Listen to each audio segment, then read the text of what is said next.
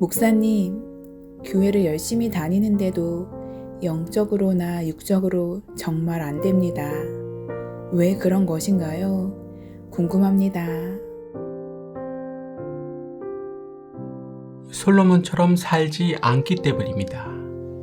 솔로몬처럼 살았으면 영적으로나 육적으로나 안 되지 않았을 것입니다. 조금만 신앙이 있어도 고개를 끄덕이실 것입니다. 맞죠? 그렇다면 솔로몬 어떻게 살았을까요? 나와는 어떠한 차이가 있었을까요? 첫째, 그는 예배에 목숨을 걸고 살았습니다. 예배를 중요시한 것을 뛰어넘어 생명을 걸었다는 것입니다. 나와는 다르죠?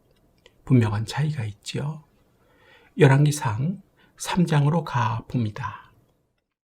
솔로몬이 여호와를 사랑하고 그의 아버지 다윗의 법도를 행하였으나 산당에서 제사하며 분향하더라. 이에 왕이 제사하러 기브온으로 가니 거기는 산당이 큼이라. 솔로몬이 그 제단에 1000번제를 드렸더니 솔로몬이 그 제단에 1000번제를 드렸더니 1000번제를 드렸다는 것은 1000번의 예배를 드렸다는 것입니다. 하루에 한 번씩 드렸다면 3년을 드린 것이고 하루에 3번씩 드렸다면 꼬박 1년을 드린 것입니다. 대단한 정성이지요. 하나님께서는 솔로몬의 이러한 정성과 마음을 보신 것입니다. 즉 그의 정신 상태를 보신 것입니다. 따라해 볼까요?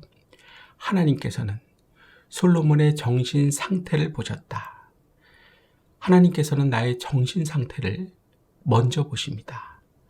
보시는 방법은 내가 예배를 어떻게 드리고 어떻게 생각하는가를 통해서입니다. 이것을 보시고 나의 정신 상태를 판단하시는 것입니다. 기회만 있으면 예배를 빠지고 싶어 하시는 분이 있으시지요. 또 빠지는 분을 부러워하시는 분도 있으시지요. 이러한 분들의 정신 상태를 하나님께서는 뭐라고 판단하실까요? 이제는 진지하게 한번 생각해 보셨으면 좋겠습니다. 사무엘상 13장으로 가 봅니다. 사울이 이르되 번제와 화목제물을 이리로 가져오라 하여 번제를 드렸더니 번제 드리기를 마치자 사무엘이 온지라. 사울이 나가 맞으며 문안하매 무슨 내용입니까? 사울 왕이 선지자만이 드릴 수 있는 제사를 자기 멋대로 드렸다는 내용입니다. 사울 왕이 제사, 예배를 어떻게 생각하고 있었는가를 잘 알게 해주는 대목입니다. 결과는 어떻게 됐을까요? 잘 아시는 대로 하나님께 버림을 받게 됩니다.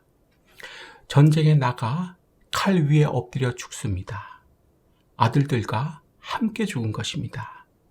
집안이 다 망하게 된 것입니다. 예배에 대한 잘못된 생각이 기초가 되어서 이렇게 된 것입니다. 기억하십시오. 성경 어디에도 예배에 실패한 사람이 괜찮았다고, 잘 살았다고 기록되어 있는 곳은 없습니다. 다 실패하고 망하게 되는 것입니다. 잘못된 정신 상태를 가지고 있는 사람이 이렇게 되는 것은 자명한 일인 것입니다. 사랑하는 여러분, 예배에 성공하십시오. 온 마음과 정성을 다해 예배에 드리십시오. 정신을 똑바로 차리고 예배를 잘 드리십시오. 절대 소홀히 하지 마십시오. 뒤에서 말씀드리겠지만 솔로몬은 살고 죽는 문제에 마음을 쓰며 집중을 해야 했던 사람이었습니다. 솔직히 1000번제를 드릴 상황이 결코 아니었다는 것입니다. 하지만 솔로몬은 먼저 하나님께 예배했습니다. 하나님을 기쁘시게 해드리고 영광을 돌려드리는 것을 삶의 최우선으로 한 것입니다. 이렇게 하는 것이 망하지 않는 방법입니다. 존재해야 하는 나의 의무를 다하는 것입니다. 영육간에 복을 받는 방법이 되는 것입니다.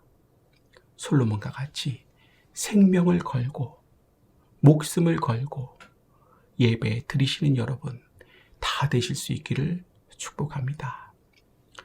둘째, 솔로몬은 주어진 운명 가운데서 감사를 찾으며 감사하고 살았습니다.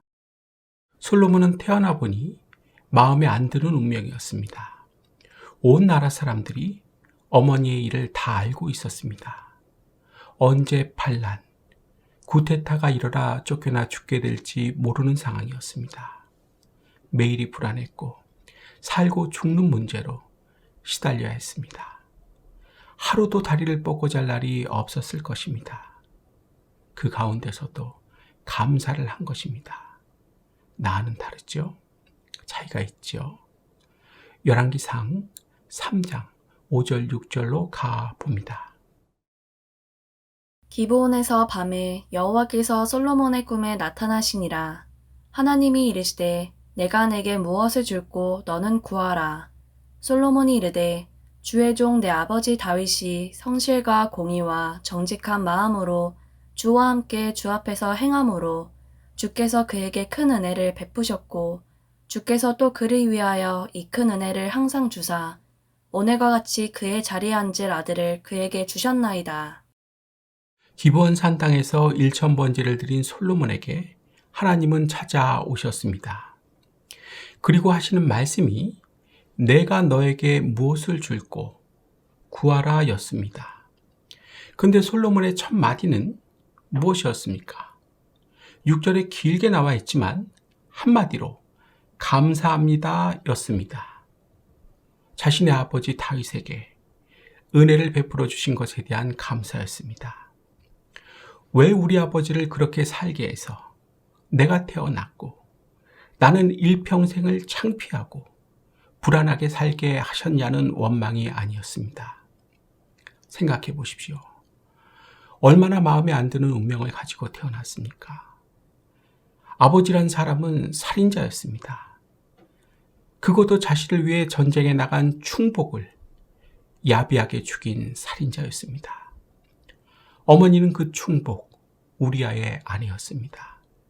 기가 막혔을 것입니다. 온 나라 사람들도 자신의 이러한 부끄러운 출생에 대해 알았을 것입니다. 자연히 솔로몬을 못마땅하게 여겼을 것입니다. 곁에 있는 요압 장군과 시므이 장군이 두려웠을 것입니다. 핫깃의 아들 아도니아는 이러한 현실을 증명이라도 하듯 구테타를 일으켰습니다. 이것이 솔로몬이 가지고 태어난 운명이었습니다. 하지만 솔로몬은 이러한 운명 가운데서 감사할 것을 찾았고 감사하며 살고 있었습니다. 그래서 갑자기 찾아온 하나님에게 첫마디로 감사합니다 라고 말할 수 있었던 것입니다. 사랑하는 여러분, 솔로몬보다 더 마음에 안 드는 운명을 가지고 태어나신 분 있으십니까? 대답해 보십시오. 없을 것입니다. 솔로몬과 같이 감사한 마음으로 살아가십시오. 그래서 하나님께 기도할 때 첫 마디가 감사합니다가 되게 하십시오. 그것이 영육간의 복을 받게 하는 방법입니다. 따라해 볼까요? 감사하는 마음으로 살고 있어야 영육간의 복을 받는다. 타고난 운명을 원망하고 있어서는 안 된다. 하지만 여전히 원망하고 사실 거면요. 표준 정서가 아이의 원망이면요. 말끝마다 원망이 나온다면요. 고린도전서 10장으로 가봅니다.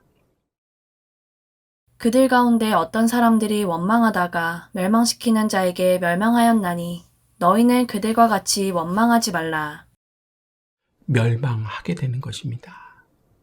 인생 망하게 된다는 것입니다. 솔로몬처럼 감사할 것을 찾아서 마음에 안 드는 운명, 현실 가운데서도 언제나 감사하며 사실 수 있기를 주님의 이름으로 축복합니다. 마지막 세 번째 솔로몬은 기도, 즉 구하는 것이 다르게 살았습니다. 구하는 것이 달랐다는 사실은 삶의 방향, 사는 방향이 하나님이었다는 것을 가르쳐주고 있는 것입니다. 세상이 아니었다는 것입니다. 나와는 다르죠. 차이가 있지요. 열왕기상 3장 9절로 가봅니다. 누가 주의 이 많은 백성을 재판할 수 있사오리이까? 듣는 마음을 종에게 주사 주의 백성을 재판하여 선악을 분별하게 하옵소서. 솔로몬은 하나님께 무엇을 구합니까? 들을 수 있는 마음, 오직 이 하나를 하나님께 구합니다. 그런데 하나님께서는 이 들을 수 있는 마음을 지혜라고 말씀해 주십니다. 그리고는 구하지 않았던 것까지 더 많은 것들을 주십니다. 따지고 보면 솔로몬에게 모두 필요한 것이었습니다. 부귀와 영광까지도 말입니다. 좀 구체적으로 볼까요? 다음 절입니다. 솔로몬이 이것을 구하매 그 말씀이 주의 마음에 든지라. 이에 하나님이 그에게 이르시되 내가 이것을 구하도다. 자기를 위하여 장수하기를 구하지 아니하며 부도 구하지 아니하며 자기의 원수의 생명을 말하기도 구하지 아니하고 오직 성사를 듣고 분별하는 지혜를 구하였으니 내가 내 말대로 하여 내게 지혜롭고 총명한 마음을 주노니 내 앞에도 너와 같은 자가 없었거니와 내 뒤에도 너와 같은 자가 일어남이 없으리라. 내가 구하지 아니한 부귀와 영광도 내게 주노니 내 평생의 왕들 중에 너와 같은 자가 없을 것이라. 솔로몬이 이것을 구하매 그 말씀이 주의 마음에 든지라. 솔로몬이 구한 것이 무엇이었지요? 들을 수 있는 마음, 이거였습니다. 왜 이것을 구했습니까? 생각해 보세요. 자신의 사명을 알았던 것입니다. 왜 살아야 하는지를 알았다는 것입니다. 이러한 20살밖에 안 된 청년 솔로몬을 보고 하나님께서는 감격하십니다. 그리고 하시는 말씀이 좀 전에 우리가 읽은 말씀입니다. 제가 늘 마음속에 간직하고 있는 말씀입니다. 솔로몬이 이것을 구하매 그 말씀이 주의 마음에 든지라. 이에 하나님이 그에게 이르시되 내가 이것을 구하도다. 자기를 위하여 장수하기를 구하지 아니하며 부도 구하지 아니하며 자기 원수의 생명을 멸하기도 구하지 아니하고 오직 송사를 듣고 분별하는 지혜를 구하였으니 내가 내 말대로 하여 내게 지혜롭고 총명한 마음을 주노니 내 앞에도 너와 같은 자가 없었거니와 내 뒤에도 너와 같은 자가 일어남이 없으리라. 내가 또 내게 구하지 아니한 부귀와 영광도 내게 주노니 내 평생에 왕들 중에 너와 같은 자가 없을 것이라. 너무나도 멋진 말씀 아닙니까? 삶의 방향이, 사는 방향이 하나님을 향해 있는 사람만이 들을 수 있는 축복의 말씀입니다. 나를 향해 있는 사람은 죽었다 깨어나도 못 듣는 말씀입니다. 사랑하는 여러분, 교회를 그렇게 오래 다녔어도 영육간의 축복을 못 받고 있다면 생각을 하셔야 합니다. 내가 지금 나를 위해 살고 있는지, 하나님을 위해 살고 있는지 방향에 대해서 생각을 하셔야 한다는 말입니다. 영육간의 복을 받는 방법은 삶의 방향성이 하나님을 향하고 있도록 하는 것입니다. 그래서 이전과는 다른 기도를 하시는 것입니다. 방향을 바꾸십시오. 안 바꾸면 망합니다. 기울어가고 있는 내 삶을, 안 되는 내 삶을 지혜롭고 총명하게 보시기 바랍니다. 영적 눈에 해상도를 높이는 것입니다. 하나님께서 같이 해 주실 것입니다. 은총이 따를 것입니다. 이제 말씀을 마치려고 합니다. 내가 영적으로나 육적으로나 정말 안 되는 이유 무엇이었습니까? 솔로몬처럼 살지 않았기 때문입니다. 그럼 솔로몬은 어떻게 살았습니까? 첫째, 예배의 목숨을 걸고 살았습니다. 둘째, 주어진 운명 가운데서 감사를 찾아 감사하고 살았습니다.